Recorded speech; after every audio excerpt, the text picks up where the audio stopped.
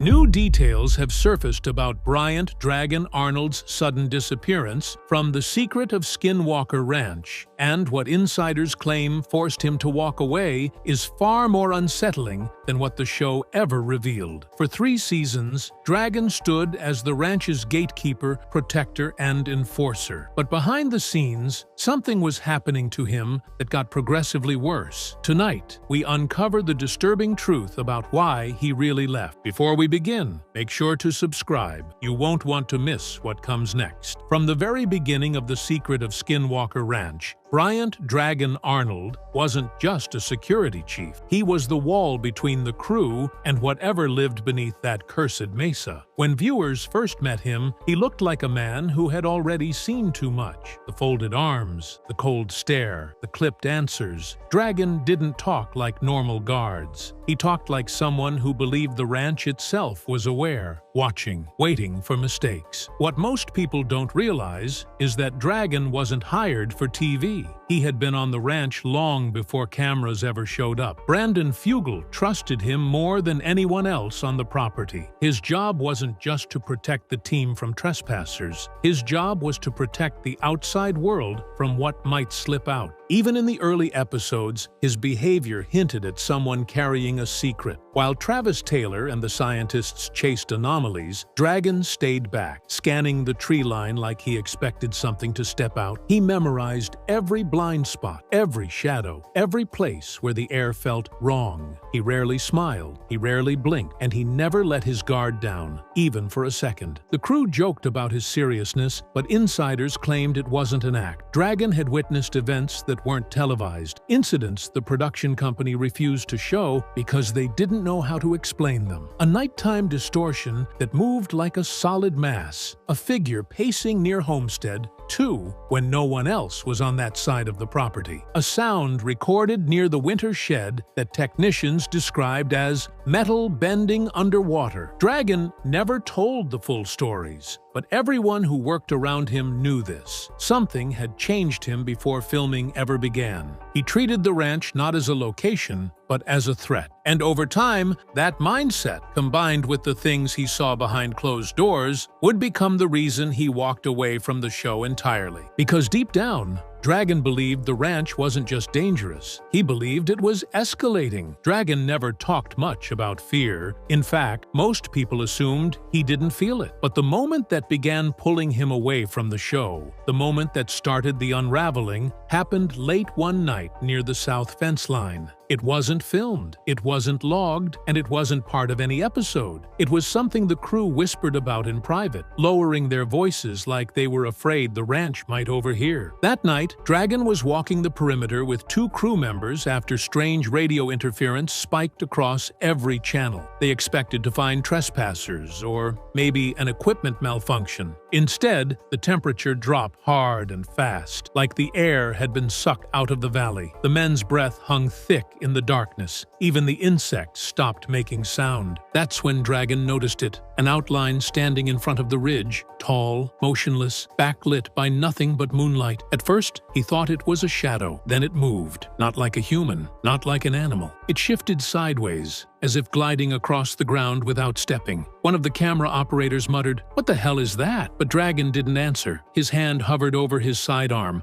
not drawing, just bracing. The figure paused in front of the mesa slope, then vanished. Not walked away, not ran. It blinked out. The men stood frozen, but Dragon stepped forward slowly, as if pulled by a force he couldn't explain. He scanned the ridge, ordered the others back, and radioed base. But the radio shrieked, not static, not distortion, an inhuman metallic warping noise that made both men cover their ears. After the interference cleared, Dragon spoke only 2 words: "Shut it." The next morning, he acted like nothing happened, but everyone noticed the change. He stared at the mesa longer. He patrolled in silence. He stopped joking with the camera crew. Something was weighing on him. Something he didn't want on tape. Something he didn't want analyzed, replayed, or discussed. And whatever he saw that night near the ridge, it shook the unshakable. It was the first sign that Dragon wasn't just protecting the ranch. He was trying to protect himself from whatever had finally noticed him back. In the weeks after the ridge encounter, Dragon kept insisting everything was fine. Just operational stress, just long hours, just the job. But the crew knew better. They'd worked with him long enough to understand that Dragon only shut down when something truly rattled him. And soon, a second event pushed him further from the show than anyone realized. It happened inside the command trailer, what Dragon used to call his safe place. Nothing strange happened in that trailer. No cold spots, no equipment failures, no unexplained shadows. It was the one building everyone trusted. But one night, shortly after midnight, as Dragon was reviewing drone footage alone, every monitor in front of him froze at the exact same frame. A frame that shouldn't have existed. On every screen, from every angle, the footage showed the same image. A silhouette standing behind Dragon inside the trailer, only a few feet from where he sat. It wasn't tall. It wasn't monstrous. It looked wrong in a completely different way. It looked human, but the proportions were distorted. Too long, too narrow. The angles bent like something was wearing the shape of a human, but didn't know how to fit inside it. Dragon spun around instantly, hand on his weapon, but nothing was there. The air behind him was ice cold, almost wet, like he had opened a freezer door. The monitors flickered again. The silhouette was gone. Then, one by one, each screen replayed the last 2 seconds of the footage backward, without any input from him. Dragon hit keys, slammed the power button, yanked the cables, but it didn't matter. The screens stayed on, playing the same impossibly reversed footage of something standing right where he had been sitting. The distortion formed a kind of shape around the figure, like static was outlining it. But the face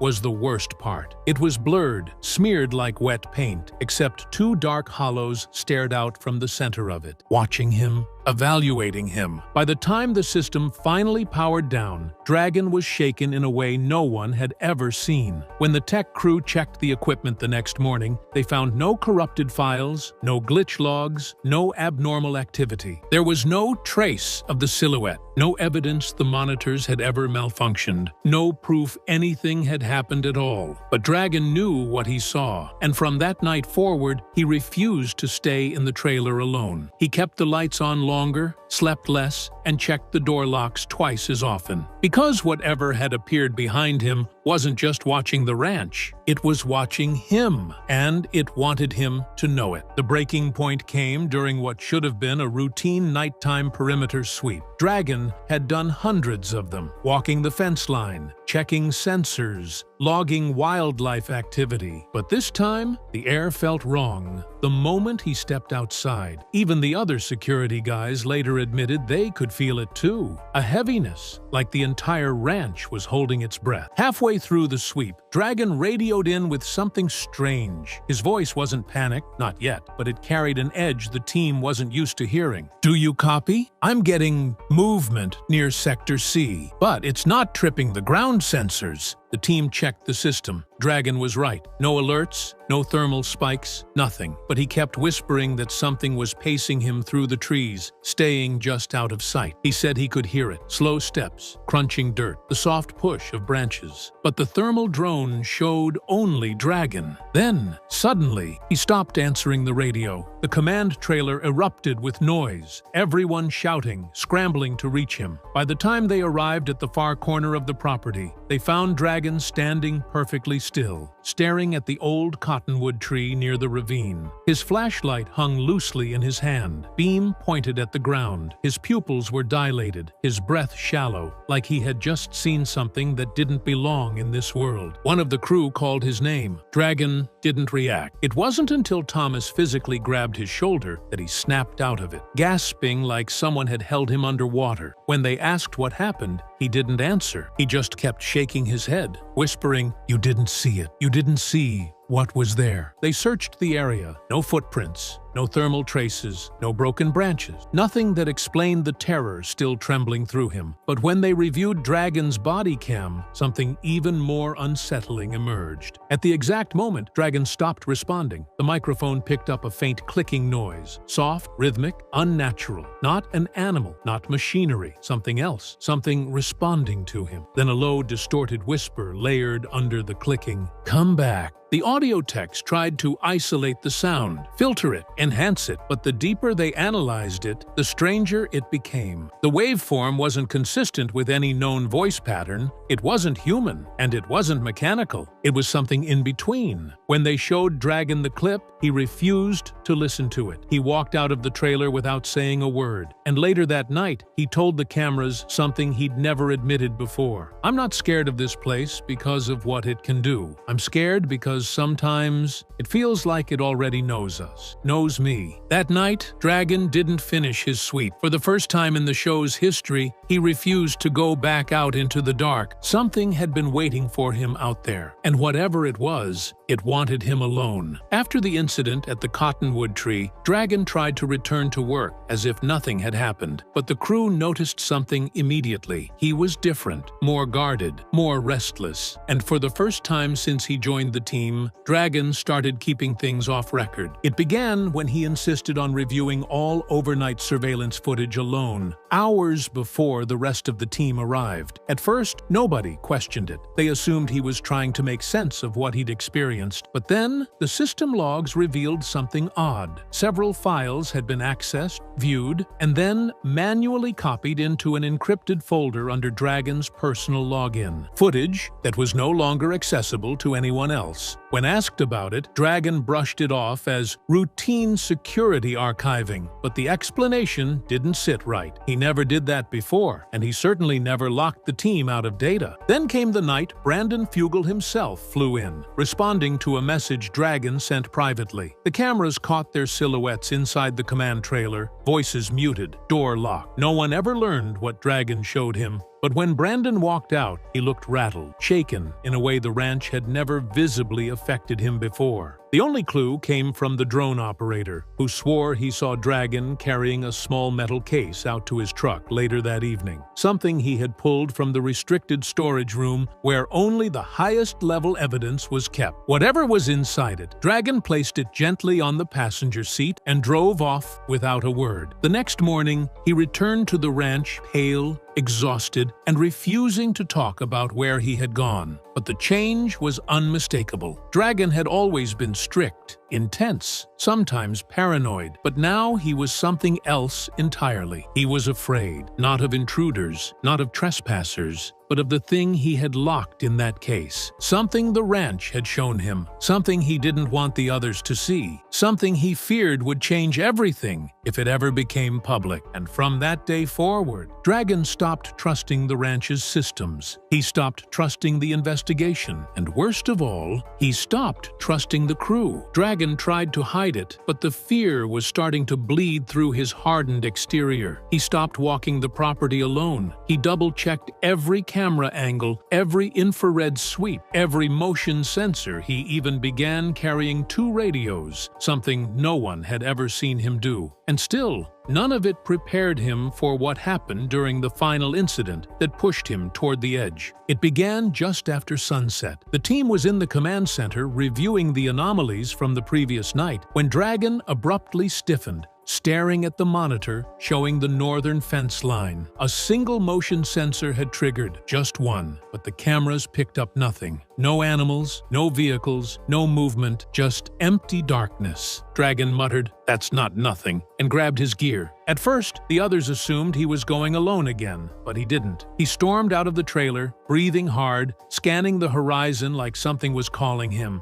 When Travis tried to follow, Dragon held up a hand, an unspoken warning. The crew watched him approach the fence line, his flashlight slicing through the growing fog. Everything looked normal, too normal. No footprints, no tracks, no thermal signatures. Then the radios crackled, first with static, then with Dragon's voice, but warped like it was coming through water. "It's here again." The entire command room fell silent. "I can't see it, but it's close. Close enough to..." His voice cut out, replaced by a low distortion that sounded disturbingly like breathing. Travis tried to call him back. No answer. The team sprinted toward his location, their headlights tearing through the night. But before they reached him, the sensors around Dragon began firing in sequence, north, then east, then west, like something was circling him at impossible speed. When they finally reached the fence line, they found Dragon standing rigid, facing the tree line. His flashlight lay at his feet, the beam angled upward like it had been dropped mid-motion. His eyes were wide, not terrified, but furious, like he was staring down something that pushed him past fear and straight into anger. "What did you see?" Thomas asked, panting. Dragon didn't turn, didn't blink. He whispered only one sentence. "It wasn't outside the fence. It was behind me." The team spun around, scanning the empty field. Nothing was there. Not a figure, not a shape, not even a thermal reading. But Dragon wouldn't move, wouldn't even lower his voice. "That thing was close enough to touch me." When they finally escorted him back to the trailer, Dragon locked the door behind him and refused to talk for nearly an hour. When he emerged, he said something that left the entire team stunned. "This ranch isn't reacting to us anymore. It's choosing who it shows itself to." And from the way he said it, they knew who it had chosen. Last, Dragon. After the incident at the fence line, Dragon tried to act normal, walking the perimeter, checking the logs, pretending everything was fine. But the team saw the cracks forming. He stopped cracking jokes. He didn't bark orders as sharply. He avoided certain areas of the ranch entirely, especially the northern stretch, where the radios had distorted his voice. But the breaking point came 3 days later. The night was dead quiet, the kind of silence that presses on your chest. The team was inside reviewing footage when one of the monitors flickered, a glitch that lasted only a second. But in that second, the screen showed something that shouldn't have been there. A silhouette standing directly behind Dragon on footage from the previous night. Tall, thin, featureless. And Dragon had never reported seeing anyone. Thomas froze the frame, zooming in, but the image degraded instantly, like something was actively corrupting it. When Dragon walked into the command center, the room went silent. He saw the frozen image on the screen and stiffened. For a moment, he didn't breathe. "That wasn't there," he muttered. Travis stepped forward. "Dragon, that figure was behind you. You mean to tell me you didn't see anything?" "No," he snapped, but the crack in his voice betrayed him. Then the radios hissed again. Everyone turned. A voice whispered through the static, broken, distant, impossible to place. At first it sounded like interference. Then, unmistakably, it formed a word. "Brian!" The team looked at Dragon, his real name. Only a handful of people ever called him that. The radio crackled again, the whisper stretching into a low, distorted imitation, repeating his name, almost mocking it. Dragon stood frozen, his jaw clenched tight, his knuckles white as he gripped the desk. "That's not interference," Travis said quietly. Dragon didn't answer. He just stared at the speaker, breathing through his teeth like he was holding back a wave of anger or panic. Then the whisper returned, clearer this time, and every hair on the back of Dragon's neck stood up. "Behind you." Dragon spun so fast that he knocked over a chair. Nothing was there. But the moment he turned, the entire command center's temperature dropped, the cameras flickered, and the same silhouette from the still frame appeared again, this time on a live feed, standing exactly where Dragon had just been. When he saw it, Dragon whispered something none of them had ever heard from him before. "I'm done." And for the first time on record, Dragon walked out of the command center without finishing a lockdown. Dragon didn't return to the command center for the rest of the night. He stayed outside alone,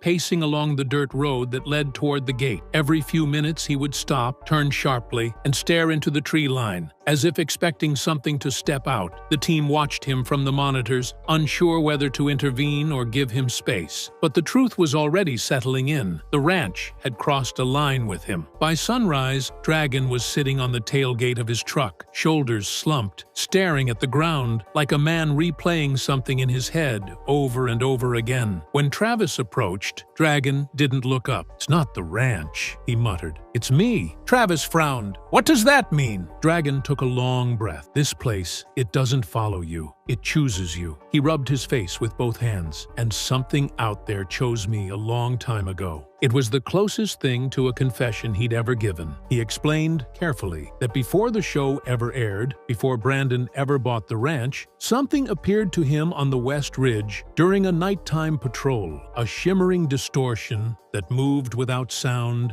bending the air around it. He never filed a report, never told the scientists, never mentioned it on camera. "It watched me," he whispered, like it already knew everything about me. The team listened in stunned silence. This wasn't Dragon the security chief talking. This was Brian Arnold, the man behind the persona, finally admitting what he'd hidden for years. "And now, it's back," he finished. "It's following me again." When the crew prepared for the next investigation, Dragon didn't suit up. He walked to Brandon's truck, dropped his security badge onto the hood, and said only one sentence: "If I stay here, it won't stop." He didn't wait for a response. He got into his own truck, turned the engine over, and drove toward the long dirt road leading off the property, the road he had guarded for years. The cameras caught one final shot of him in the rearview mirror, his face pale, eyes fixed on the mesa behind him. A week later, Brandon confirmed privately to the crew Dragon had officially stepped away. No contract dispute, no argument, no falling out with production. He left because something on the ranch wasn't just observing him anymore, it was calling him by name, and he refused to stay long enough to hear what it wanted next. In the quiet hours before dawn, the team at Skinwalker Ranch uncovered something no one was prepared for: a hidden underground tunnel system sealed beneath decades of earth. It wasn't on any map, it wasn't in any records, and the moment they opened it, every piece of equipment malfunctioned at once, as if something inside didn't want to be found. What they discovered down there, the symbols, the footprints, the metallic chamber, changed everything. Before we begin, subscribe, because this story only gets stranger from here. The breakthrough came by complete accident. The team wasn't digging for tunnels, they were simply tracing an electrical anomaly near the East Mesa, trying to understand why their sensors kept detecting a low-frequency pulse below the ground. It wasn't the kind of interference that comes from pipes or buried cable. This was rhythmic, intentional, almost like a heartbeat beneath the soil. When the readings spiked into the red, Travis asked Thomas to bring in the ground-penetrating radar. What showed up on the screen didn't make sense. A perfect horizontal void, 12 feet tall, nearly 40 feet long, with straight edges and a consistent depth. Natural caves never formed like that. This was engineered, built, and buried on purpose. The strangest part? The cavity was cold. Not just cooler than the surrounding soil, but unnaturally cold, as if something was drawing the heat out of the earth itself. They marked the area, brought in the excavator, and began peeling back the top layers of dirt. The deeper they got, the more uneasy everyone felt. Even Eric, who rarely reacted to anything,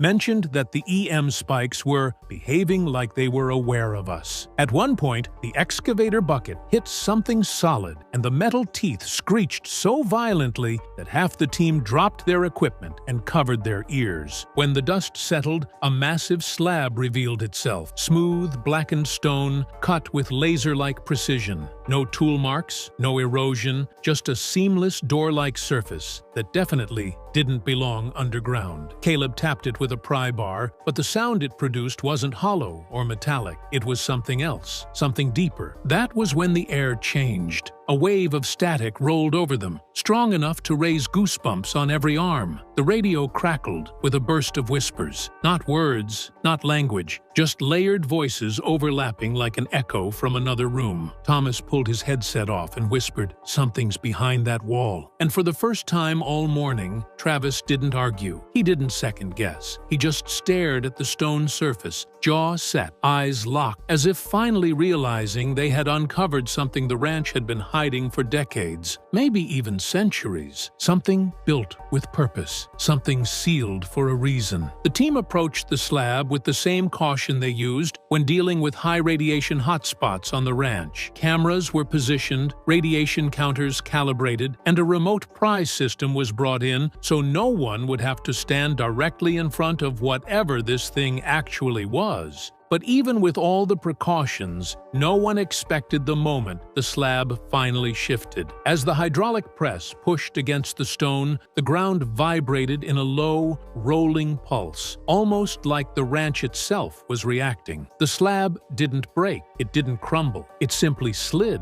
as if something on the other side released its grip. Dust poured out in a thick cloud, and a cold draft pushed across the team. Not a normal cold, not earth cold. This was the kind that felt like it came from somewhere sealed off from the world for too long. The opening revealed a descending staircase carved into the soil itself, but the cuts were too clean, too geometric. Each step was exactly the same height. Each edge was sharp as though it had been cut yesterday. The walls were reinforced with an unknown material, not stone, not metal, something in between, and every flashlight beam that hit it reflected strangely, almost bending the light instead of bouncing it. Travis took a few steps forward but froze. His tablet, which had been collecting readings the entire time, suddenly dropped to 0 across the board. Temperature, EM spikes, environmental data, everything flatlined. Then the device rebooted on its own, flashing an error message he'd never seen before. Input exceeds parameter. It was as though the sensors weren't malfunctioning. They were being overwhelmed. Eric radioed down to the command post for backup, but all he got was static layered with faint tapping, rhythmic like a coded message. 1, 2, pause. 1, 2, 3, pause. 1, 2. Caleb tried his headset next. Same tapping, same pattern. The team exchanged looks, the kind they only give each other when something is truly wrong. But despite the tension, despite the unnatural cold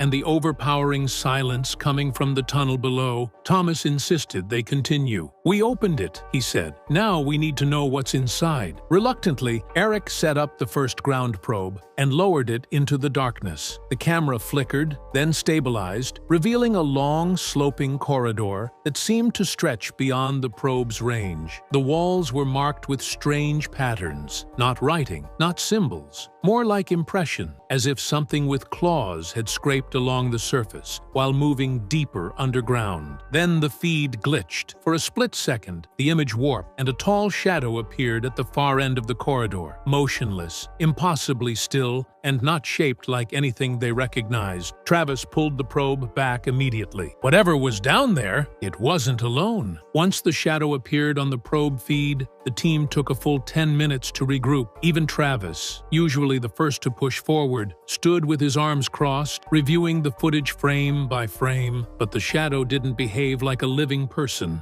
or even an animal. It didn't sway, breathe, or shift weight. It stayed perfectly still, as though it were part of the tunnel itself, or waiting. But they had come too far to turn back. If this tunnel system was intentionally buried, if it had been sealed with a precision-cut slab that reacted to their equipment, then the only way to understand Skinwalker Ranch was to go deeper. They entered in pairs. Thomas and Caleb went first, both armed with thermal scanners and shoulder cameras. Travis and Eric followed behind, each recording environmental data, magnetic field fluctuations, atmospheric ionization, radiation spikes, anything that might explain what they'd seen. The moment they stepped onto the first carved stair, the temperature plummeted, their breath fogged instantly, and their lights dimmed, not from battery drain, but as if the darkness itself was absorbing the beams. Travis whispered for everyone to keep calm and stick close. The walls emitted a faint hum, a subaudible frequency they couldn't place, but could feel in their bones. 30 feet down, the tunnel widened into a narrow corridor. The markings they saw on the probe feed were far clearer up close. Deep gouges running parallel, vertical scratches spaced perfectly apart, and strange grooves, as though something had been dragged through the passageway. Eric crouched, running a gloved finger over one of the grooves. "This wasn't carved with tools," he said. "This is biological." Before anyone could respond, the radio crackled. Only this time it wasn't tapping, it was breathing. Slow, raspy,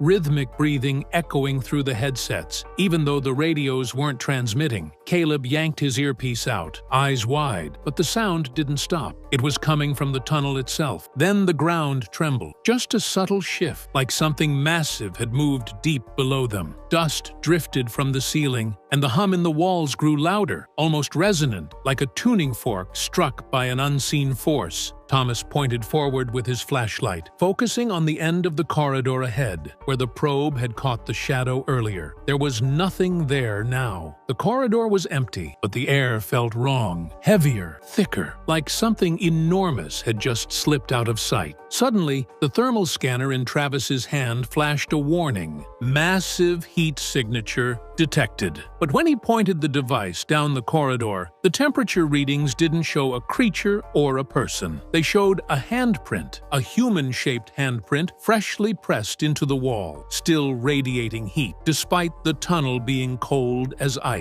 And the hand was nearly twice the size of a man's. The team followed the massive handprint deeper into the corridor, each step echoing like they were walking through the ribcage of something ancient. The walls narrowed, then abruptly opened into a large domed chamber, far bigger than anything the probe footage had hinted at. Their flashlights revealed smooth, curved surfaces that formed a perfect hemisphere, almost like the inside of a metallic egg. It looked engineered, intentional, and completely out of place beneath Utah soil. But what stopped all four men cold wasn't the size of the chamber. It was the light. At the center of the dome, hovering inches above the floor, was a pale, pulsing glow. Not bright, but alive. It swirled like a tiny vortex wrapped in thin mist, emitting a faint crackling sound, reminiscent of electricity climbing up a copper wire. The glow wasn't attached to anything. No wires, no mechanical supports, simply floated, suspended in midair, as though gravity no longer applied. Thomas whispered, "This is impossible." Travis didn't answer. His face was locked in a stare of pure calculation, like he was trying to rewire the laws of physics in his mind just to make sense of it. Then the readings spiked. All of them. Radiation counters surged. Geiger meters chirped erratically. Magnetic sensors looped from 0 to maximum and back again. Even their watches, digital and analog, froze at the exact same second. Eric took a cautious step closer, his camera trembling in his hands. The light, it's reacting to us. And he was right. Every time one of them moved, the swirling glow shifted, subtle at first, then more aggressively, like it was tracking their presence. It never expanded, never shrank, but it pulsed harder, as though whatever intelligence controlled it had suddenly become aware. Caleb's voice cracked as he whispered, "This looks like the portal footage, but real." The temperature dropped again, fast. The air grew so cold it stabbed their lungs when they breathed. Frost began forming on the chamber floor. A thin layer of ice traced over the metallic walls. Their breath came out in thick clouds. Even their clothing stiffened from the frozen moisture. Then the hum returned, this time louder, this time directional. It vibrated the chamber walls, rising from the floor like a sound born from the Earth's deepest caverns. Their radios exploded with noise, not static this time, but layered whispers rushing outward like 1,000 voices pressed through a narrow gap. The swirling glow flared, once briefly revealing something inside it, a shape, long, thin, moving. And the moment it shifted, the chamber lights died, their flashlights flickered, and the pulsing glow collapsed inward, like a heartbeat stopping mid-beat. For a single second, the entire dome fell into pitch-black silence. Then something scratched the wall behind them. The scratching wasn't loud, just a slow, deliberate drag across the metallic wall behind them, but in the sudden darkness, it sounded like the entire chamber was being carved open. All four men froze. Their flashlights refused to power on,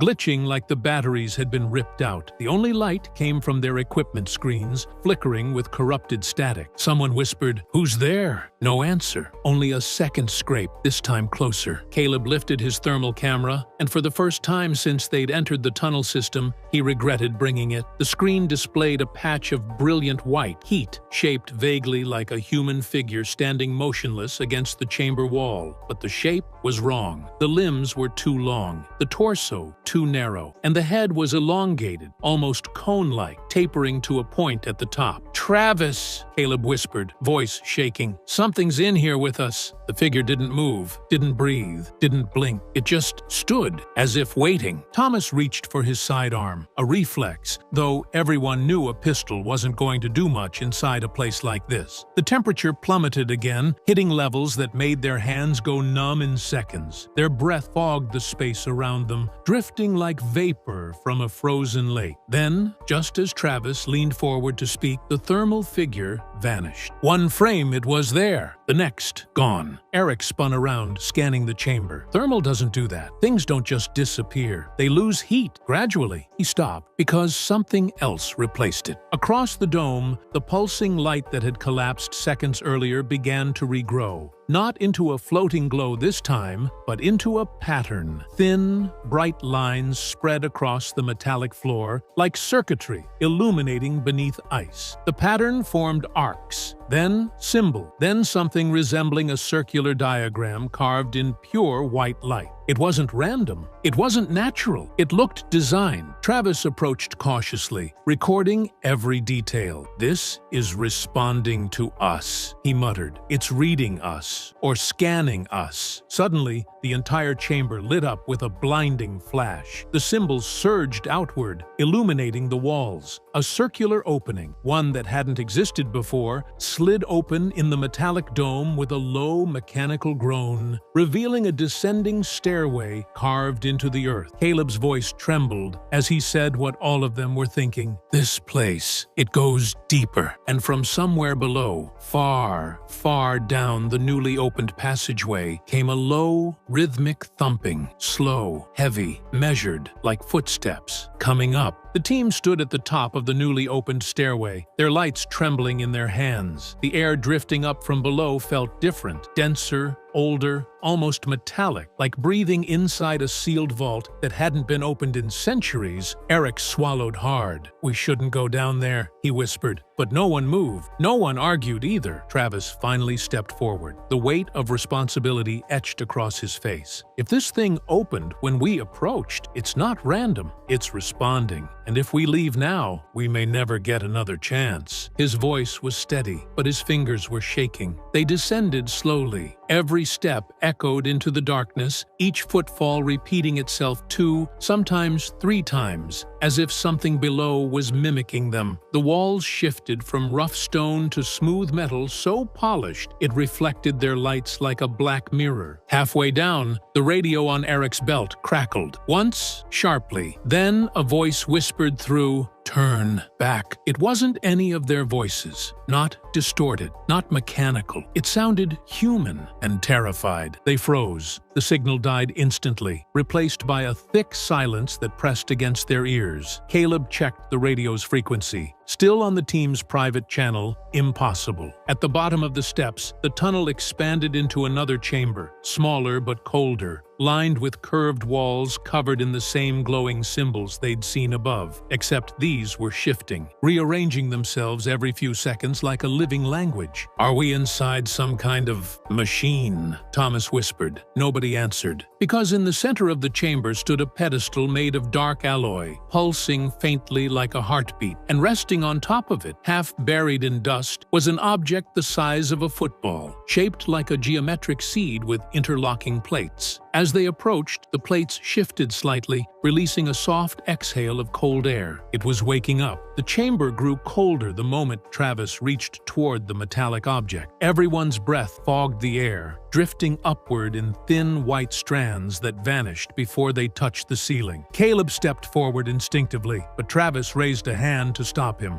"No one touches anything yet," he said, though even he sounded unsure. The object pulsed again, slow, rhythmic, almost like it was syncing with the heartbeat of the room. Thin lines of light rippled beneath its interlocking plates, running in precise patterns that none of them recognized. Thomas whispered, "It looks like it's listening." Then something happened that none of them expected. As soon as Travis's flashlight beam swept across its surface, the object reacted. The plates shifted, unlocking slightly with a faint clicking sequence, each click echoing down the tunnel like a coded message. Everyone stumbled back. A narrow slit opened along its center, no wider than a pencil line, but a beam of blue-white light shot upward from it, carving a perfect column into the air. Within that beam, Symbols flickered rapidly, rotating and morphing like data being streamed in real time. Eric gasped. "It's projecting information!" But before Travis could analyze it, the entire chamber shuddered. Dust rained from above. The glowing wall symbols brightened, and the air filled with a low-frequency vibration that rattled their bones. The beam of light shifted direction, aiming itself deeper into the tunnel system, as if pointing the team toward something even larger, something the object was connected to. Then the pedestal beneath it emitted a low metallic groan. The plates of the object locked again, hard, sealing the slit shut with a final click. Whatever message it was trying to send, it wasn't finished. The moment the object sealed shut, the tunnel fell into an unnerving stillness, so complete that even the hum of distant machinery seemed to vanish. Travis steadied himself and aimed his flashlight in the direction the beam had pointed. The light hit a narrow passage branching off from the chamber, one none of them had mapped before. The walls here were different, smoother, darker, and lined with faint etchings that looked etched, not by tools, but by heat. Eric swallowed hard. This wasn't carved, it was melted.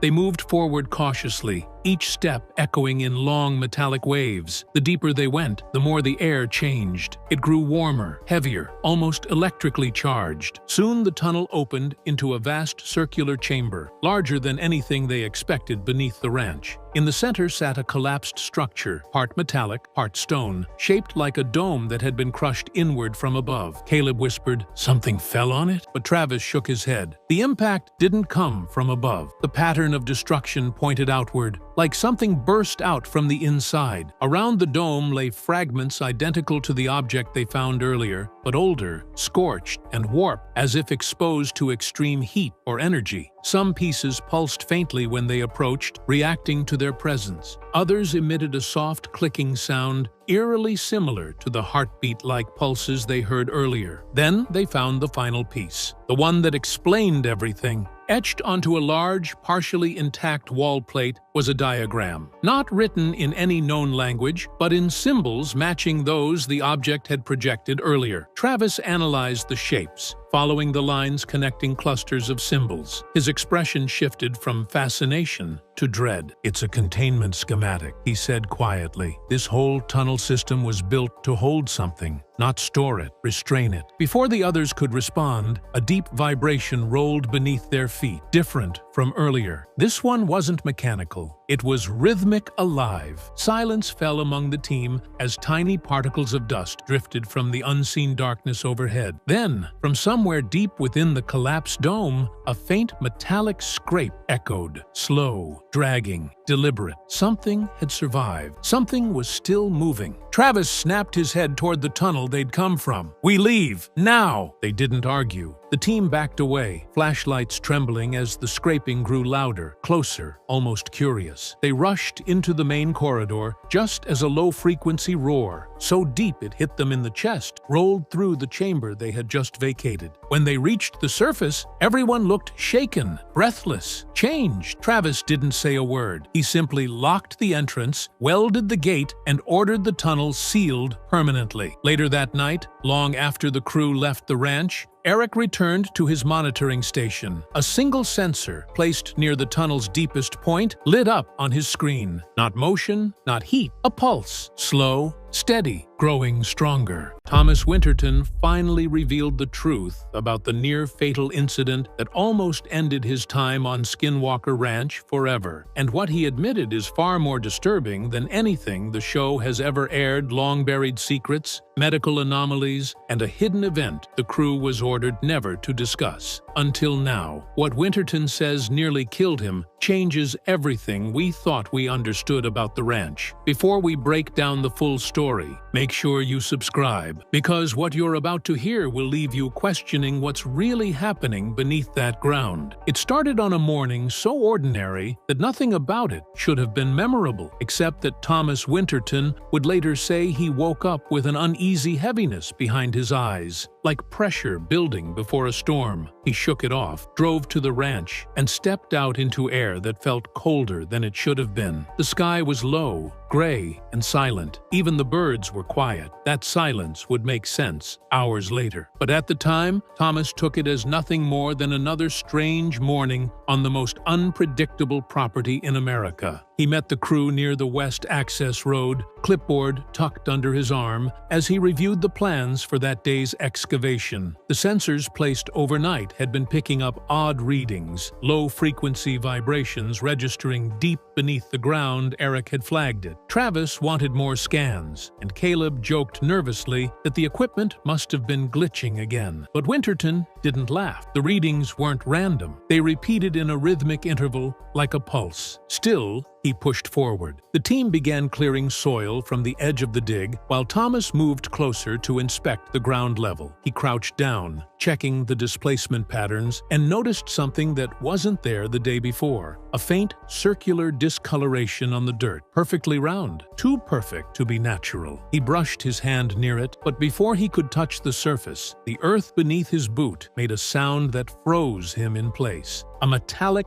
pop. Not a crack, not a shift. A pop, as if something flexed under pressure. Thomas stepped back instinctively, but the next moment hit him before he even realized he was moving. A sudden burst of pressure slammed into the side of his skull, silent, invisible, and violent. His vision went white. An electric sting ripped across the top of his head, followed by a crushing pain that sent him staggering. He dropped to one knee, gripping the dirt as his ears filled with a deep, static roar. Caleb shouted his name. Eric ran toward him, but Thomas couldn't hear any of it. The pain wasn't outside his body. It was inside, as if something was expanding beneath his skin, pushing upward, threatening to split him open. Within seconds, the right side of his scalp ballooned outward in a grotesque swelling. The crew watched in horror as the lump grew, pulsing unnaturally like it had a heartbeat of its own. Thomas Winterton didn't know it yet, but this wasn't an injury. This was a reaction. Something under the ranch wasn't just warning them. It had reached for him specifically. By the time they got Thomas to the utility building, the swelling had doubled in size. It sat on the right side of his skull, angry, tight, and rising under the skin like something was trying to push its way out. Even seasoned emergency personnel struggled to hide their panic. This wasn't the type of injury that came from impact. It wasn't a bruise. It wasn't a reaction to heat or altitude. It looked engineered. Thomas sat in the chair with his head tilted, breathing slow and shallow. He wasn't fully aware of what was happening. His thoughts came in flashes, patches of light, muffled voices, and a ringing in his ears that wouldn't stop. The crew hovered nearby, forcing themselves to stay calm, trying to talk to him gently. But Winterton wasn't responding normally. Every few seconds he'd flinch, like a shockwave hit him from inside his skull. The on-site medic pressed a cold pack against the swelling, but the moment it touched his skin, Thomas jerked away with a gasp. "It burns," he whispered, his voice thin. But the medic wasn't touching him with heat. He was touching him with ice. The contradiction rattled everyone in the room. Then, the equipment started reacting. The RF meters on the table, devices that had been off, lit up by themselves, spiking into red zones. A handheld spectrum analyzer flickered to life, cycling through frequencies no one recognized. Travis rushed into the room as alarms began chirping, each one reacting to something invisible in the air around Thomas. "Back away from him," Travis warned sharply. The medic hesitated. "He needs treatment. He needs space." Travis shot back. "Something's interfering." As the medic stepped back, something strange happened. The swelling stopped growing, not decreased, not softened, just paused. Travis stared at the readings, then at Thomas. The frequencies were pulsing, rising and falling, in the same exact rhythm as Winterton's heartbeat. It was as if his body was syncing with a signal no one could see. Then Thomas suddenly lifted his head. His eyes were unfocused, pupils dilated, staring at something none of them could see. "It's pressure," he murmured, like something is pushing down from above.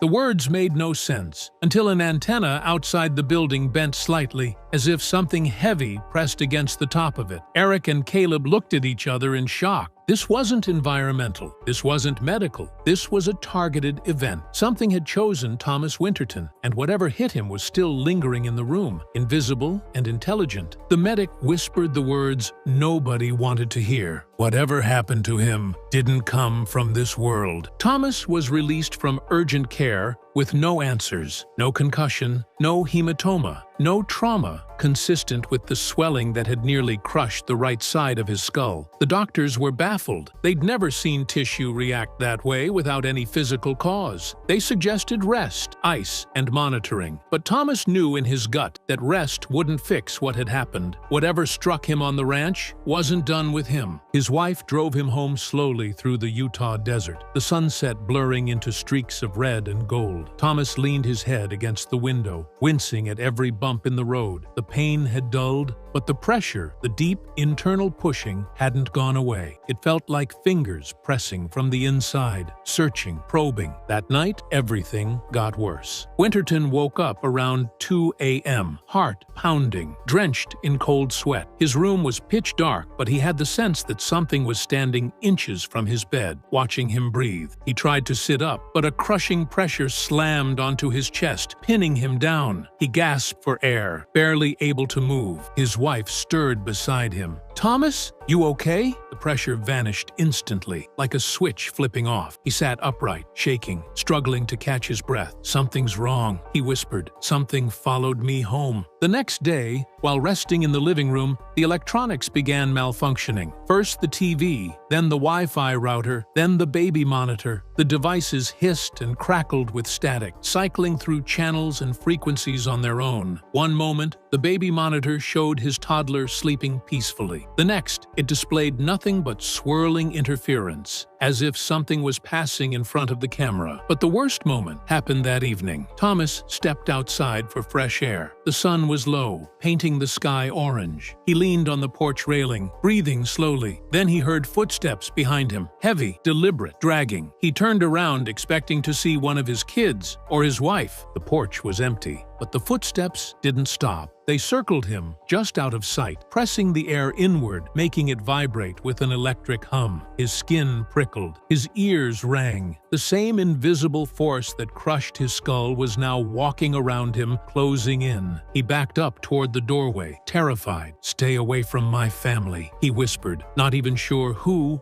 or what he was talking to. And then everything went still, silent, until the wooden boards of the porch creaked, slowly, as if something enormous stepped directly onto them. Thomas froze. It had followed him home, and now it didn't want to leave. For the next few days, Thomas tried to convince himself that stress and fear were exaggerating everything, but the house refused to let the illusion hold. Every night, the same pattern repeated: flickering lights, shadowy movement in places no shadows should exist, and that oppressive sense of being watched from inches away. His family felt it too, though they didn't know how to describe it. His youngest child began waking up crying, pointing toward the ceiling corner of the room as if something tall and silent stood there. By the fourth night, something crossed the threshold. It started with the sound of dragging footsteps moving down the hallway. Slow, rhythmic, heavy. Thomas bolted upright in bed. His wife stirred beside him, but didn't wake. The footsteps came closer, stopping just outside the door. The air in the room thickened like syrup, pressing against Thomas's ears until they popped. A low vibration hummed through the floorboards, rising like an engine revving in reverse. Then the door creaked open. No one stood there, but the doorway distorted just slightly, like the air was bending around an invisible mass stepping through. The temperature dropped 10 degrees instantly. Thomas could see his breath in the darkness. He reached for the bedside lamp. The moment his fingers touched the switch, the bulb exploded with a pop, showering the nightstand in glass shards. Thomas shielded his eyes, heart hammering in his chest. Everything plunged into darkness. That's when the pressure struck again. But not on his head this time. It hit his ribs, winding him, pushing him sideways on the bed like a physical shove. He gasped and grabbed the frame, trying to pull himself upright. His wife finally woke, confused, asking what was happening. But the moment she spoke, the entity retreated. The pressure lifted. The air warmed. The sense of presence dissolved like smoke fading into the night, but the house still hummed. Thomas scrambled out of bed, adrenaline surging, and checked the hallway. Nothing, just darkness. The air smelled faintly metallic, as if lightning had struck somewhere close. Downstairs, something clicked, an electrical surge. Then the kitchen lights turned on by themselves, glowing with a dim yellow pulse. Thomas stepped toward the stairs. Halfway down, he froze. Standing in the kitchen doorway was a silhouette,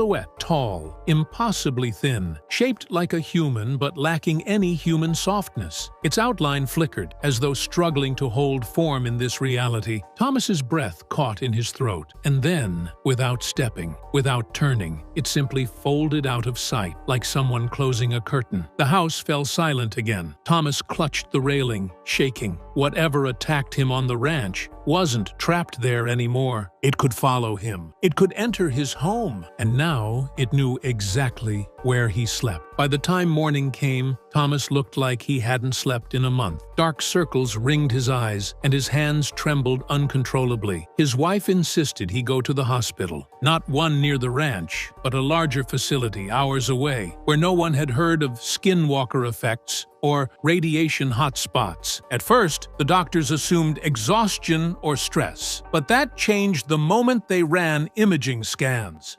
The technician reviewing the screens froze. Thomas watched her expression shift from confusion to concern to something close to fear. She excused herself and brought in a second technician, then a third. None of them would explain what they were seeing. When Thomas finally demanded answers, the lead doctor spoke carefully, as if each word carried weight. Your soft tissue shows signs of severe trauma, but there's no external injury, no bruising, no impact marks. It's as if the compression happened from the inside. Thomas felt his stomach drop. That was exactly what he had experienced. The invisible weight crushing down on him, the pressure inside his skull, the force that pushed him across the bed. The doctor continued flipping through the scans. And this part, we can't account for this at all. He pointed to a patch near Thomas's spine, cells that appeared hyper-stimulated, glowing faintly in the imaging like they were electrically charged. Thomas whispered, "Is it dangerous?" The doctor hesitated. "We've never seen anything like it. Whatever caused this isn't medically normal." The hospital wanted to keep him for observation, but by afternoon, men Thomas didn't recognize arrived. Quiet, suited, speaking in clipped tones, they asked to review his tests. They asked him what he remembered. They asked him to sign papers. Thomas refused. Within an hour, the hospital discharged him early. No explanation,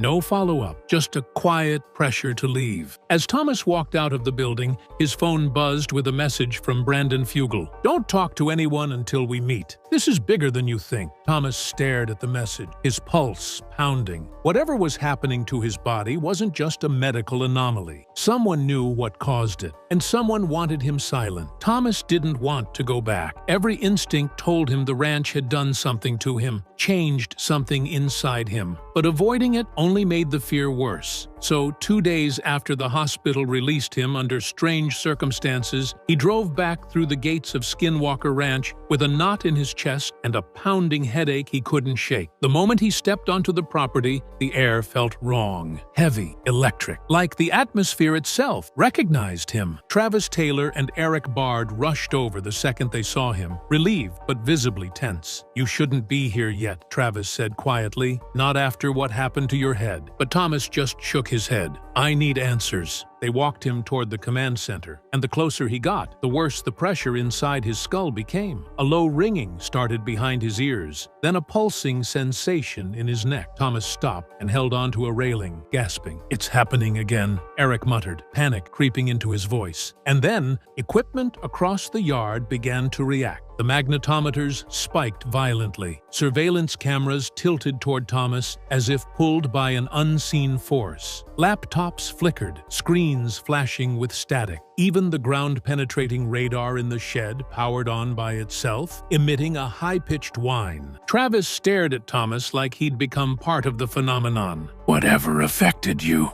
It's still connected to you," he whispered. The pressure in Thomas's head intensified. The sky above him seemed to warp, bending the sunlight in subtle, unnatural waves. Shadows on the ground shifted slightly out of sync, like reality itself was glitching around him. And then he felt it. A presence behind him. Not a sound, not a movement. A presence, cold and aware. Thomas spun around, but nothing was there. Not physically. Yet the sensation remained. Watching, waiting, tracking his heartbeat. Travis grabbed his shoulder. "Thomas, your return triggered something." Thomas swallowed hard, his vision blurring for a moment. "No," he said quietly. "It wasn't triggered. It was waiting." Later that evening, once Thomas stabilized enough to speak, the team gathered in the command center to review the surveillance feeds from the exact moment he stepped onto the ranch. Eric cued the footage, his hands trembling just enough for Thomas to notice. At first, everything looked normal. Security cameras tracking the front gate, the weather station readings flickering across the corner of the screen. But then, the moment Thomas appeared on camera, every feed glitched simultaneously. The footage warped, colors inverted, and a violent static pulse surged across all monitors. "Rewind that," Travis said, leaning in. Eric slowed the playback. Thomas watched the footage of himself walking through the gate, except something else appeared just behind him. A distortion, a silhouette made of bending light. It clung to the edge of his shadow like it was tethered to him, like it had followed him back from wherever the pressure in his skull had dragged him that night. "What is that?" Thomas whispered. Eric zoomed in. Reluctantly, the outline sharpened just enough to reveal something unmistakable. 2 points of radiant heat, like eyes, locked directly onto Thomas, even though the figure had no visible face. Travis muttered, "That isn't human." The distortion flickered, then vanished entirely as the footage corrupted. Thomas's stomach dropped. Whatever nearly killed him hadn't just attacked him. It had attached itself to him, and the ranch cameras had caught it, only for the system to immediately try to erase the evidence. Before Thomas could react, an alert chimed across the screens. Motion detected. Same location, same distortion pattern. It was back, watching the command center, watching him. Before anyone could react to the motion alert, the screens flickered again. The same distortion, shifting, bending, almost liquid, moved across the northwest camera. It didn't walk. It glided, as if gravity didn't apply. Travis leaned closer, whispering, "It's tracking a path, straight toward the command center." A cold wind swept through the room, even though every door was sealed. Thomas felt pressure build in the side of his head again, sharp, needling, the same sensation from the night he collapsed. He staggered back, clutching the wall. The cameras glitched harder. Then the distortion stopped, right outside the building. Every monitor went black at the same moment, not powered off, overridden. The team froze, listening as the lights buzzed overhead. The air carried a faint vibration, like a distant engine or something breathing through the walls. "Whatever this is," Eric whispered, "it knows we're watching it." Suddenly, a single camera feed returned. Not outside, inside. A warped image of the command center itself appeared, but something was wrong. The angle was impossible, like the camera was positioned inches above their heads, looking down on them. And in the corner of the frame, barely visible, was the shimmering outline again, watching silently. Thomas felt his head pulse violently, and he collapsed to his knees. Travis rushed to him, but Thomas raised a shaking hand. "Don't touch me," he gasped. "It reacts when you get close." The monitors began flashing symbols, jagged geometric shapes, mirroring the patterns found burned into the soil months earlier. The entity wasn't attacking this time. It was communicating, and it was using Thomas as the conduit. When the screens finally died again, the pressure in Thomas's skull vanished instantly. He stood, trembling, drenched in sweat. The others stared at him, waiting for an explanation, but he only shook his head. Later, during a private interview filmed for documentation, Thomas finally said the words he had avoided since the incident. "Didn't try to kill me," he whispered. "It tried to mark me." He looked off camera, eyes unfocused. "And whatever that thing is, it's not done with me, not even close." The recording ends there, with Thomas Winterton staring into the darkness behind the camera like something was standing in the room with him, something only he could see. Moments ago,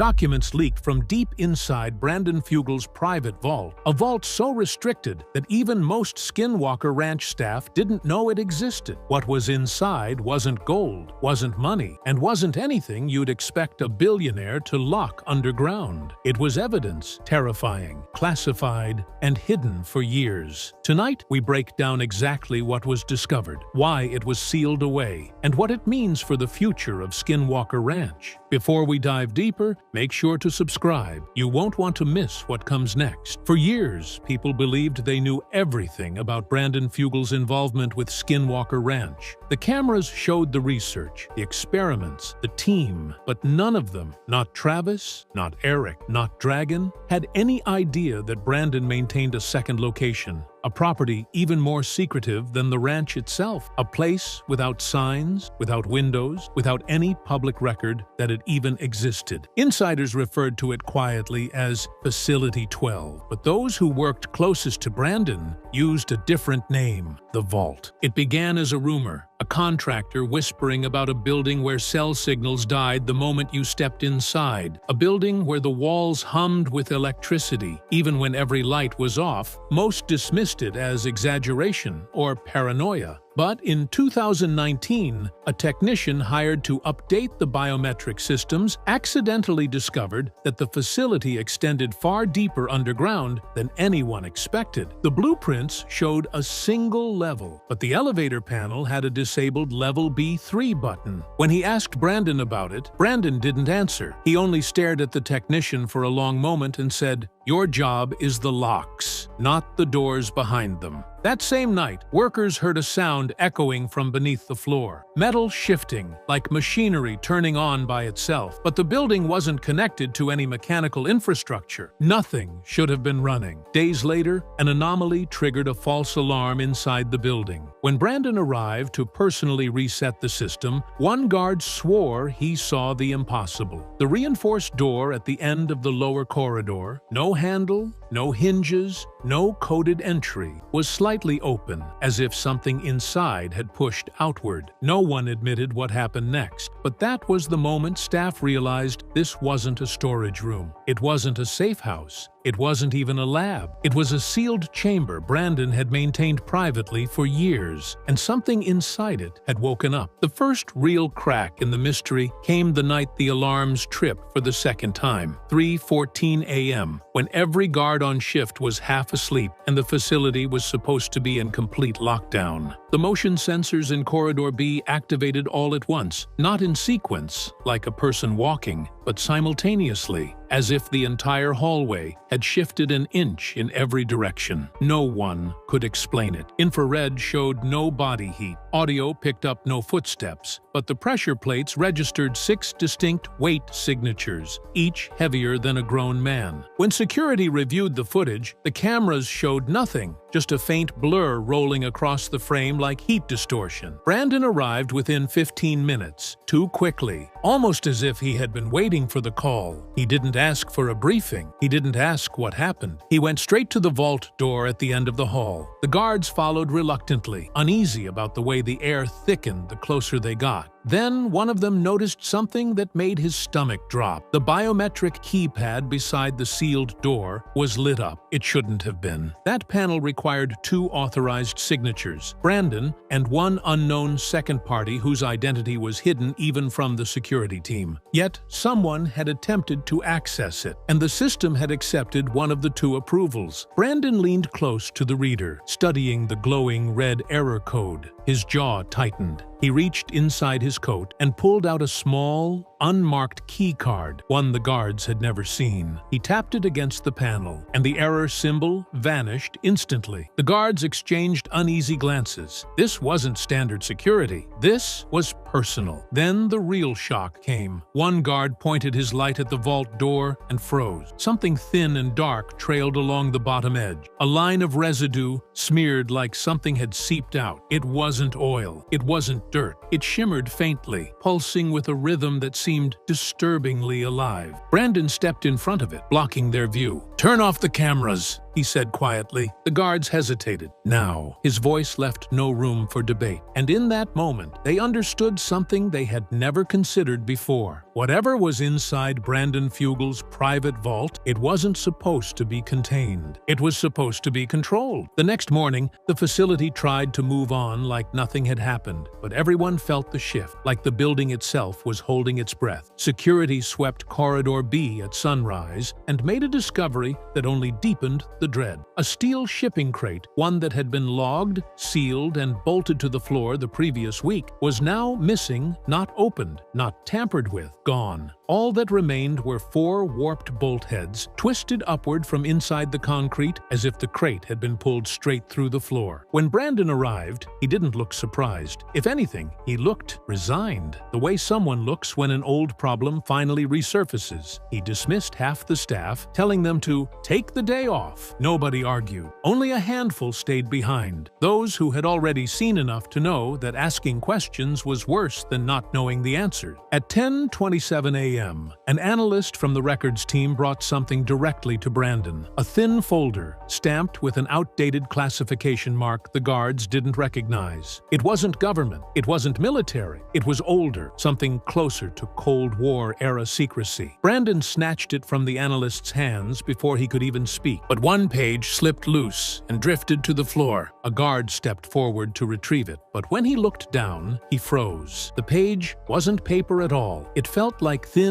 metal, almost flexible, etched with symbols that looked like they belonged on an artifact, not a document. The etchings formed concentric rings, overlapping in arrangements that made the guard dizzy just staring at them. Worse, the surface of the sheet was warm, almost like it was reacting to being touched. Brandon stepped in quickly, snatching it away with a sharpness no one had seen from him before. "You didn't see this," he muttered, sliding the page back into the folder. But it was already too late. The guard had noticed one more thing, a handwritten note on the back side, barely visible. "Do not bring it near the vault again." That single word, it, spread through the remaining staff like a whisper no one wanted to repeat. Something had been stored inside that missing crate. Something important enough for Brandon to hide behind layers of outdated security and non-existent protocol. Something dangerous enough that someone, long before them, had issued a warning that still carried weight. And now that something wasn't just uncontained, it was unaccounted for. Brandon closed the folder slowly, his hand trembling just slightly. "From this point forward," he said quietly, "no one goes anywhere alone." For the first time, he looked scared. That night, the temperature inside the facility dropped without warning. Not in the usual way. No breeze, no draft, no mechanical hum. It was as if the air itself had been drained of warmth, leaving behind a stillness so heavy that guards stopped mid-step without knowing why. Down in the sub-level, where Brandon's private vault sat behind 3 layers of reinforced steel, every surface carried a faint chill that felt unnatural, almost deliberate. At 2:14 a.m., the first alarm went off, but it wasn't one anyone recognized. It didn't show on screens. It didn't appear on the facility's master alert system. Instead, a shrill metallic tone vibrated through the foundation, thin, piercing, and strangely biological, like a scream muffled by thick walls. Staff scrambled in confusion,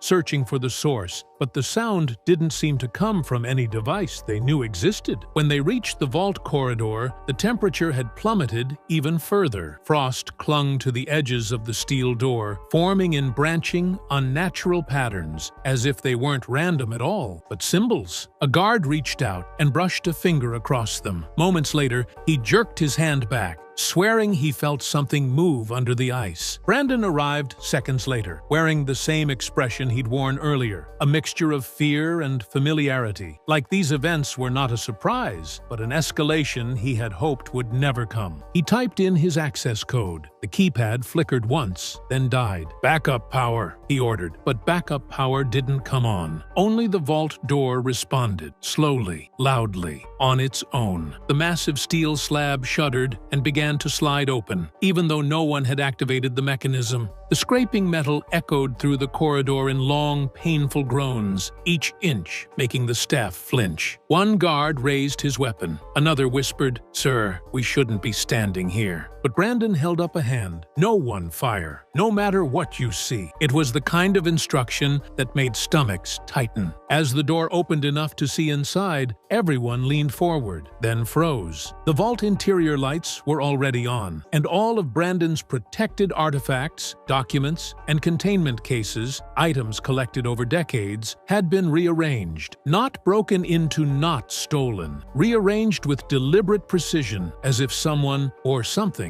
had examined every piece and placed it exactly where it wanted them. But one thing was missing entirely. The empty slot where the missing crate had once been stored was no longer empty. The metal shelf beneath it was scorched, warped downward, and marked with the same concentric etchings found on the fallen document. "That wasn't here before," a staff member whispered. Brandon stepped inside, his breath shaking. "It's trying to come back," he said softly, "and it never should have been disturbed." Behind them, the vault door began to close, slowly, silently, without anyone touching it. By morning, Facility 12 felt like it had shifted, literally. The walls hummed with a faint resonance, as if the entire structure was vibrationally off, out of sync with the world above. Guards walked carefully, speaking in hushed tones, glancing at each other with the same unspoken fear. Everyone sensed it. Something inside the vault had changed the building overnight, but no one knew how to ask Brandon about it. They simply watched him pace back and forth in the command room, gripping a tablet that displayed nothing but static where the vault feed should have been. Finally, after nearly an hour of silence, Brandon broke. "There's something you all need to understand," he said, voice tense but steady. "I didn't create the vault to lock something away from people. I created it to keep something contained from the world." The room froze. He pulled a case from the security drawer, a small black container with reinforced edges and heat-resistant seal. When he placed it on the table, no one moved. Something about the case felt wrong. The temperature around it dropped by several degrees, and the overhead lights flickered once. Brandon opened it. Inside was a palm-sized object wrapped in archival cloth. Even through the fabric, it gave off a faint, pulsing glow. Slow, rhythmic, alive. Brandon unfolded the cloth, revealing something unlike anything anyone had seen. A metallic fragment shaped like a curved shard, etched with impossibly precise lines that shifted depending on the angle. The inscriptions didn't look carved. They looked grown, as if the metal itself had formed them with intent. "This is from the ridge above Homestead 2, Brandon said quietly. "Something broke there long before any of us came along. I found this piece before the History Channel ever filmed a single frame." A guard muttered, "It looks engineered." Brandon shook his head. "It looks older than engineered. It looks made by something that doesn't follow our rule." He explained how, after taking the artifact from its original location, anomalous events began occurring not just at Skinwalker Ranch, but around him personally. Electronics near him failed. Drones dropped from the sky. Shadows were seen in rooms he'd just left. He didn't believe it at first, so he tested it. He moved the artifact to one of his office buildings downtown. The next morning, every security camera in the structure recorded the same anomaly: a tall, indistinct figure moving from floor to floor, but appearing in places that no human body could physically reach in time. 5 minutes later, 3 breakers tripped simultaneously. So he built the vault, not to store it, but to isolate it. Now, as the shard glowed brighter in his hands, staff began to step back instinctively. The hum in the floor intensified. The lights flickered again, longer this time. "It was dormant," Brandon said, "for years. But last week, something changed in the soil around Homestead 2. Something woke up, and this—" he held the shard like it was burning into his glove— "started reacting again." A guard swallowed hard. Reacting to what? Brandon slowly looked toward the elevator leading down to the vault. "That's what terrifies me," he whispered, "because whatever it's responding to is already inside this facility." The moment Brandon admitted something was already inside the facility,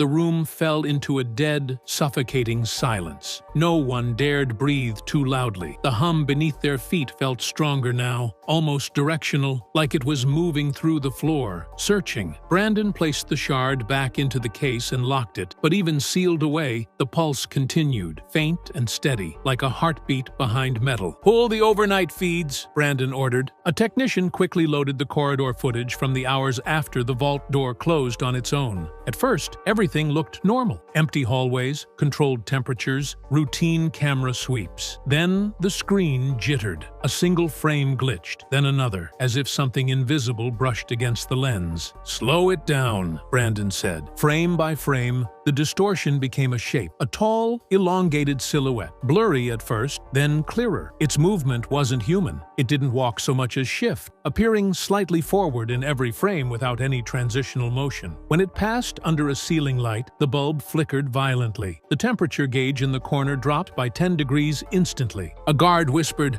What are we looking at?" Then came the worst part. The figure reached the vault door, still partially open from the night before, and stopped. It didn't touch the metal. Instead, it tilted its head, as if listening to something inside the chamber. Then the shape slowly turned, directly toward the camera. The feed erupted into static. When it resumed, a single frame remained visible, a distorted, face-like outline, stretched and wrong, pressed inches from the lens. People stepped back from the monitors in horror. The technician muttered a curse under his breath and nearly unplugged the system. Brandon didn't move. He stared at the screen, eyes wide but unblinking, as if recognizing the shape. "It followed the shard," he finally said. "And if it's still here, then it's not bound to the vault anymore." The lights in the facility flickered again, longer this time. Somewhere deep below them, a metallic bang echoed upward, like something heavy shifting on its own. The vault wasn't the prison anymore. The facility was. The facility scrambled. Armed guards doubled their patrols, technicians rebooted every camera, and Brandon moved everyone into the main analysis room, insisting that no one split up. The shard was placed back under the microscope, though everyone kept a full arm's-length distance from it, as if simply being too close carried a risk they didn't understand. Dr. Holt zoomed in on the markings again, but this time she overlaid the thermal data collected from the vault floor. Slowly, painfully, a pattern emerged, one that none of them wanted to acknowledge. "It's not decoration," she whispered. "It's a sequence." "What kind of sequence?" Brandon asked. "A message or a map?" The room stiffened. Each line carved into the shard aligned with the heat signatures captured during the vault's unexplained pulse events. When the overlays met perfectly, the shape transformed into a symbol, an angular spiral ending in a single downward point. "That's not a map of the facility," Holt murmured. "It's deeper." Before she could clarify, the lights dimmed again, this time dropping to half power. The hum beneath the floor surged, vibrating every metal surface in the room.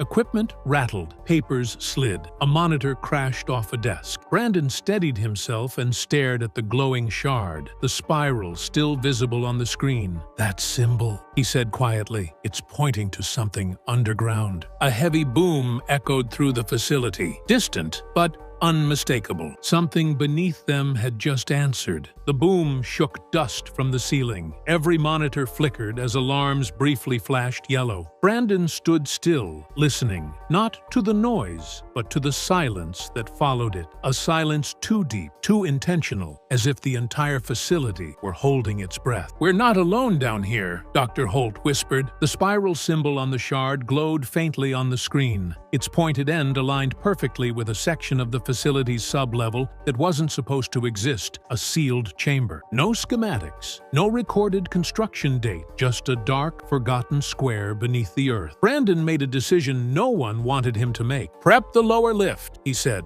"We're going down." The descent was slow, the lights flickering as the platform vibrated beneath their feet. The air grew colder, heavier, almost metallic. When the lift finally stopped, the doors opened to a pitch-black corridor lined with concrete older than the ranch itself. Then they saw it, a wall that shouldn't have been there, split open, as if pushed outward from the inside. The edges weren't broken, they were melted. Inside the chamber, the floor was covered in circular patterns, identical to those on the shard. But at the center, a square pedestal stood empty, dust displaced recently, as if something had been sitting there for decades. Until last night. Holt raised her light. Whatever was stored here, it's gone. A slow vibration traveled through the floor, rising up their legs, settling in their chests. The same hum, the same presence. Only this time, it felt closer. Brandon stepped back as a faint glow appeared farther down the corridor. Soft, rhythmic, moving. "Everyone out," he whispered. "Now!" They ran for the lift as the glow grew brighter, pulsing in the same pattern as the shard's symbol, like a heartbeat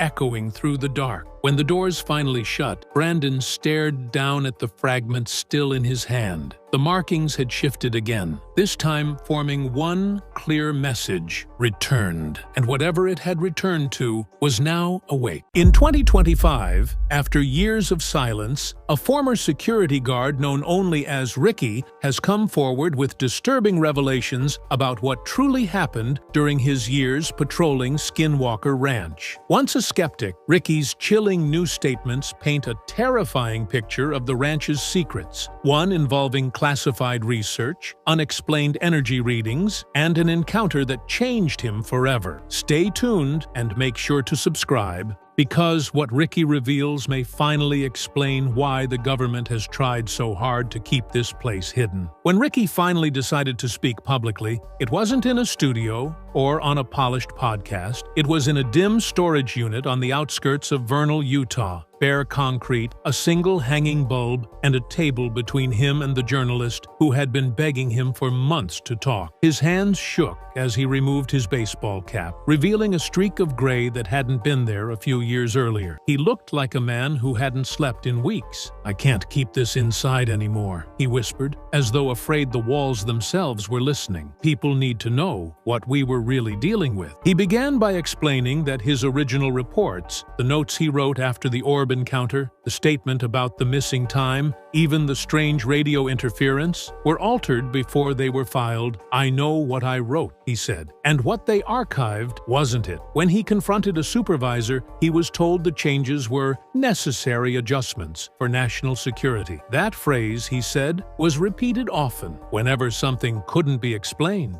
whenever something went missing, whenever a sensor picked up readings that didn't match Earth's natural frequency. As he spoke, Ricky kept glancing over his shoulder, as if expecting someone to burst through the door. He admitted he had been followed twice in the last month, cars with temporary plates. A man in a suit sitting outside his apartment for 3 nights in a row. "It's the same feeling I used to get on the ranch," he said. "Like something's studying you, measuring you." For the first time, Ricky revealed that after the orb sighting in 2010, he experienced a series of electrical disturbances at home. Lights flickered, batteries drained instantly. His radio alarm turned on at 3:07 a.m. every night for weeks. Even after he unplugged it, "It was like whatever I saw didn't stay on the ranch," he said. "It followed me." By the time he finished that first session, the journalist stopped taking notes and simply watched in stunned silence. Ricky leaned forward, voice trembling. "They told us never to talk about the orbs, never to talk about the figure in the field, never to talk about what the mesa does at night. But I'm done being scared. It's time people knew the truth." Ricky said the turning point, the moment he realized the ranch wasn't just strange but dangerous, came a few weeks after his first sighting, when the surveillance system betrayed him. It was just after 1 a.m., a quiet night with no wind, no animal calls, not even the usual static popping from the fencing. He was alone in the monitoring station when every single camera feed froze at the exact same second, not glitched, not scrambled, frozen. The timestamps stopped at 1:14:08 a.m. across all 9 screens. "I thought the system crashed," he explained, but when he stepped outside, the cold hit him like he'd walked into another world. The air felt pressurized, heavy, like being underwater. His breath came out in slow, foggy pulls. The field beyond the fence was so dark it looked unreal, flat, depthless, like a painted backdrop. Then the cameras came back, one by one, except what they showed made no sense. Every feed displayed the same thing. The tree line behind the northern field, except the trees were bending, not from wind, but as if something enormous was moving past them, brushing through them, shifting their trunks like grass. It wasn't visible, Ricky said, but you could see the shape by how the trees reacted, like something big enough to crush a truck was walking through them without making a sound. He zoomed one of the cameras in, and that's when the footage began to warp. The branches twisted into impossible angles, the shadows stretching long and thin as if the forest itself was being dragged through a funnel. Then, the audio kicked in, an electric buzzing layered over a deep, rhythmic pulse that made the windows hum. I couldn't move, he admitted. I just watched. But the worst part wasn't the trees. It wasn't even the invisible mass pushing through them. It was what appeared for a single frame, so quick he wasn't even sure he saw it until he rewound the footage later. A figure, tall, distorted, almost humanoid, but elongated, like its proportions had been pulled in the wrong direction. And its head twitched unnaturally, as if flickering between shapes. When Ricky showed the clip to his supervisor the next morning, the man didn't react with shock or confusion. He simply nodded, reached into a drawer, and handed Ricky a pre-written form, a visual distortion anomaly report. But when Ricky tried to retrieve the footage later that day, the file was gone, not deleted, erased, with its data block overwritten so perfectly that even the system's internal log showed no trace it ever existed. That was the moment he understood. Whatever we were dealing with wasn't just on the ranch, it was controlling the ranch. Ricky said he could have handled the lights if they stayed in the sky. Strange orbs were practically part of the job description at Skinwalker Ranch. But what shook him, what truly broke him,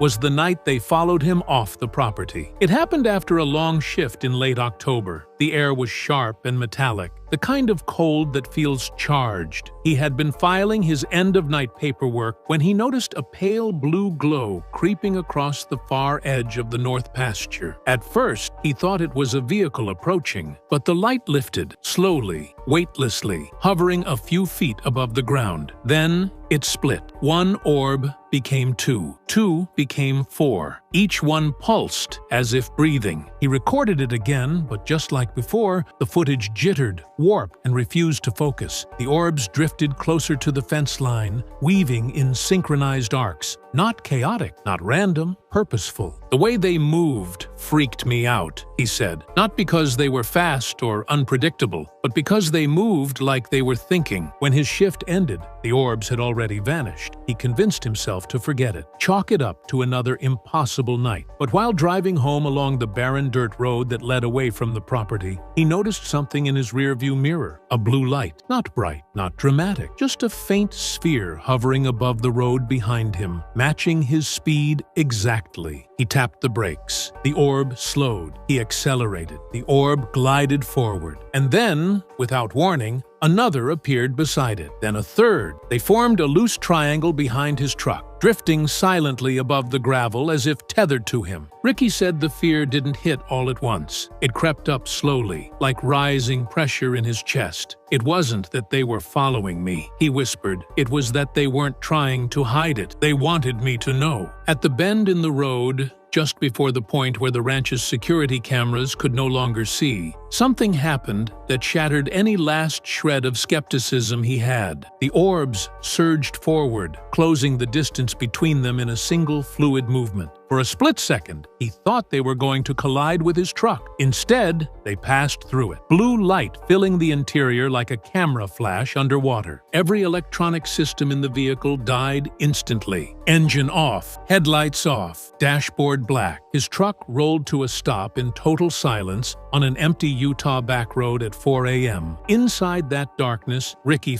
truly felt that he was not alone. Then the orbs reappeared outside the windshield, aligned perfectly, as if waiting for him to react. And just as suddenly as they'd come, they vanished. His truck restarted on its own. But the message was delivered. The ranch doesn't end at the fence line, Ricky said. It follows you home. Ricky used to laugh at the stories of shadow figures roaming near the ranch's perimeter. He'd heard them all, tall silhouettes, faceless watchers, things that moved like liquid darkness. It was campfire material to him until the night something stepped out of the tree line and watched him breathe. It was early winter, cold enough that his breath fogged in the air like smoke. Ricky had parked his truck beside the eastern fence and was walking the perimeter on foot, checking for any tampering or broken posts. He'd done this route hundreds of times, and nothing unusual ever happened there. But that night, halfway through his sweep, he felt a sensation so strong he froze mid-step. Someone was staring at him, not from in front of him, not from behind, from the tree line. The feeling was primal, animalistic, like being singled out by a predator. He lifted his flashlight and scanned the branches. Nothing, just trees and darkness. He shook it off, forced himself to keep walking, but the sensation only grew heavier. It felt like the darkness itself was leaning in. Then he heard it, a footstep, not a twig snapping, not a rustle. A footstep, slow and deliberate, like someone trying to mimic the way a human walks, but not quite getting it right. He whipped his flashlight toward the noise, and there it was, a shape, a figure, a person-shaped outline standing between two dead trees. Except it was wrong. Everything about it was wrong. Its edges shimmered as if its body couldn't decide what shape it wanted to be, like heat rising off asphalt. Except this was the middle of winter, and its head, if it even was a head, tilted slightly, as though studying him with curiosity. It looked like a person drawn out of smoke, Ricky said. Like the idea of a human, not the real thing. He shouted at it. No answer. It didn't move. It didn't even flinch. It stood there, completely still, as if waiting. Then it stepped forward. One fluid motion, silent as a sigh. Ricky raised his flashlight, but the beam bent around the thing instead of illuminating it. The light refused to touch it, bending away like two magnets repelling each other. That's when he realized this wasn't a trespasser or some animal. It was something that existed outside the rules of light and shadow. Instinct kicked in. He backed toward his truck slowly, terrified that if he broke eye contact or turned his back, the thing would rush him. But the figure didn't chase him. It simply stepped backward, straight backward, without turning its body, melting deeper into the darkness until it dissolved entirely. By the time Ricky reached the truck, his hands were shaking so violently he dropped the keys twice before getting inside. He slammed the doors, locked them, and stared at the tree line. Nothing moved, but the lingering sense of being watched stayed with him for hours. Later, when he told other guards what he'd seen, one of them whispered something that made his blood run cold. "You saw it too, huh? That thing that stands like a person, but isn't one." For the first time, Ricky realized he wasn't experiencing isolated incidents. Something intelligent was watching the ranch at night, and now it was watching him. For months, Ricky tried to convince himself that the orbs and the shifting figure were isolated incidents, stress, exhaustion, tricks of the night. But what happened next wasn't subtle, wasn't debatable, and wasn't something he could ever forget. It started with silence, not normal silence, the kind you get on a calm night. This was wrong. This was absolute. No crickets, no wind, no distant cows, no insects. It felt like sound itself had been removed from the world. Ricky said it was like walking into a vacuum, where even his breaths felt muted. He was patrolling near the western field, one of the quietest parts of the ranch, when the silence hit him like a wall. His first instinct was to check his hearing. He snapped his fingers next to his ear, cleared his throat, stomped his boot. He could hear himself, but nothing else. The entire ranch had gone dead. Then came the humming, a low, vibrating frequency, so deep he felt it in his chest before he heard it. It wasn't coming from the sky. It wasn't coming from the ground. It felt like it was coming from everywhere at once, like the air itself was resonating. Ricky spun in a slow circle, trying to pinpoint the source. His flashlight beam trembled, the trees shivered, the fence rattled as though something massive had brushed against it. And then the humming shifted, growing higher, sharper, almost metallic, as if hundreds of tones were stacking together into one impossible sound. When it changed pitch, he said, it felt like it was trying to communicate. And that's when he realized the cattle were missing. Not dead, not mutilated, not scattered, gone.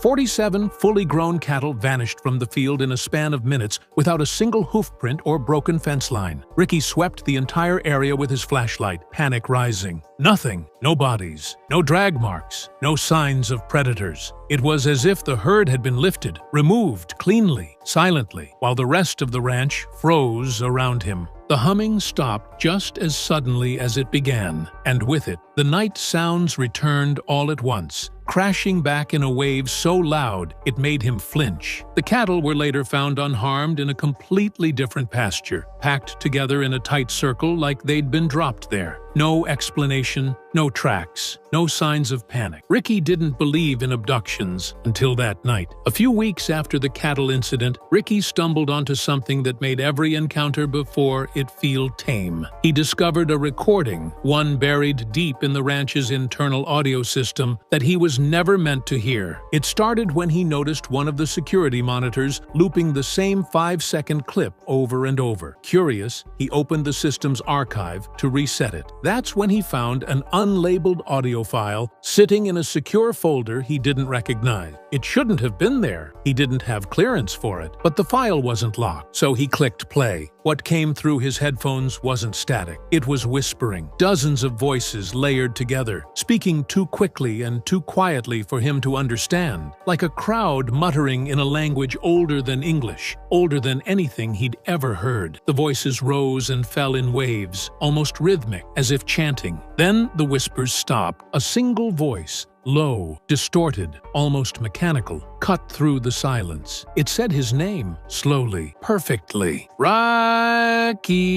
Ricky ripped the headphones off so fast they snapped against the desk. His first instinct was to check the cameras, convinced someone was in the building with him, but every screen showed empty hallways, motionless field, silent pastures. He replayed the file. This time, the voice didn't say his name. Instead, it whispered, "Behind you." He spun in his chair so violently he fell to the floor. But no one was there. No footsteps, no breathing, no shadows. When he looked back at the computer, the file was gone. Not deleted, erased, as if it had never existed at all. Ricky didn't tell anyone about the incident for months. Some things on the ranch, he realized, don't want to be recorded, and some things are already listening. After the whispers and the vanishing audio file, Ricky tried to convince himself he was just exhausted, that the ranch was getting into his head like it had so many others. But a few nights later, he learned the truth. The ranch wasn't staying on the ranch. It was following him. He had just finished a brutal shift and was driving home along the narrow desert road that cut through the basin.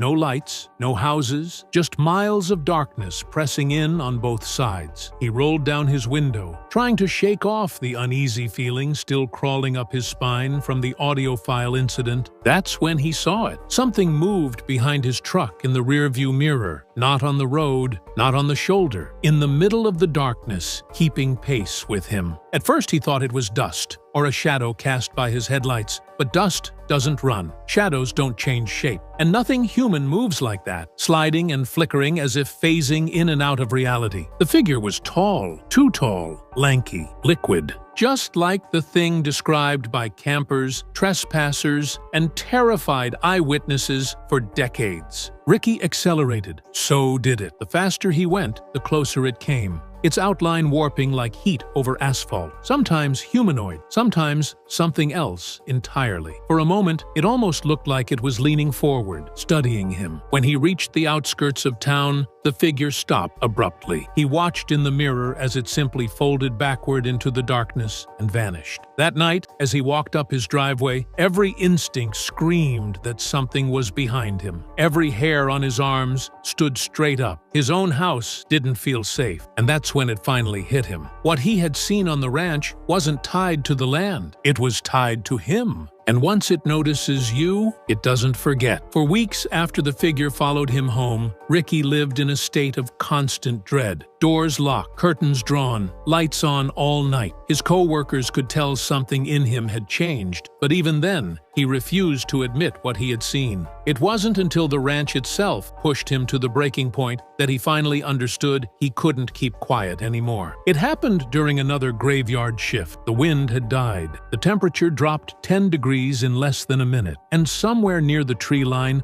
a faint static hum began rising. almost identical to the sound he'd heard the night the cattle were mutilated. Ricky's heart slammed into his ribs. He stepped out of the security shack, flashlight shaking in his hand, and the humming grew louder. Then everything stopped. The lights on the ranch blinked out. His radio died. His phone shut off. Even the security monitors inside the shack collapsed into darkness. At the far edge of the property, a single orb appeared, blue, pulsing, alive. And this time, it wasn't far away in the sky. It was hovering 10 feet off the ground, drifting toward him like it had a mind of its own. As Ricky backed up, he realized something horrifying. The orb wasn't just floating. It was searching, sweeping across the ground like a spotlight, pausing on equipment, on structures, on the fence line, until, finally, it stopped on him. The beam tightened as if focusing, analyzing, recognizing him. Ricky froze. His breath caught, his chest locked. He could feel the hair rising on his neck, the same sensation he'd felt when the figure had stalked him home. Then the orb blinked out. Instantly, the hum vanished. The ranch lights came roaring back to life. His radio buzzed with static. The monitors flickered on as though nothing had happened. But Ricky knew better. That was intentional. It was a demonstration, and it was a message. He quit that night, but the ranch wasn't finished with him. Over the next month, the high-pitched hum returned outside his home. Once behind his house, once near the fence, once directly under his bedroom window. Items in his garage moved without explanation. His dog refused to go near the backyard, and twice, in the reflection of his living room window, he swore he saw a tall, formless figure standing in the center of his yard, just watching. The final straw came when he checked his phone one morning and found a single audio file saved in his recording folder, a file he didn't remember making. When he played it, the blood drained from his face. It was the same static whispering he had heard from the cattle field years earlier, except now, buried beneath the distortion, he could hear something else. His name, repeated over and over, soft at first, then clear enough to shatter him. Ricky, Ricky, Ricky. He deleted the file, swore he'd never speak of it, tried to bury the memory so deep it could never surface. But secrets like these don't stay buried forever. In 2025, after 2 decades of silence, and after watching the ranch's mysteries escalate beyond anything he had faced, Ricky finally broke. He contacted producers, investigators, journalists, anyone who would listen. And now he's revealing everything. The orbs, the mutilations, the impossible figure, the whispering, the evidence he tried to hide, and the truth that forced him into silence. His warning is simple. It follows you. It learns you. And once it notices you, you're part of it. This isn't just another Skinwalker Ranch story. It's the confession that could change the entire investigation forever.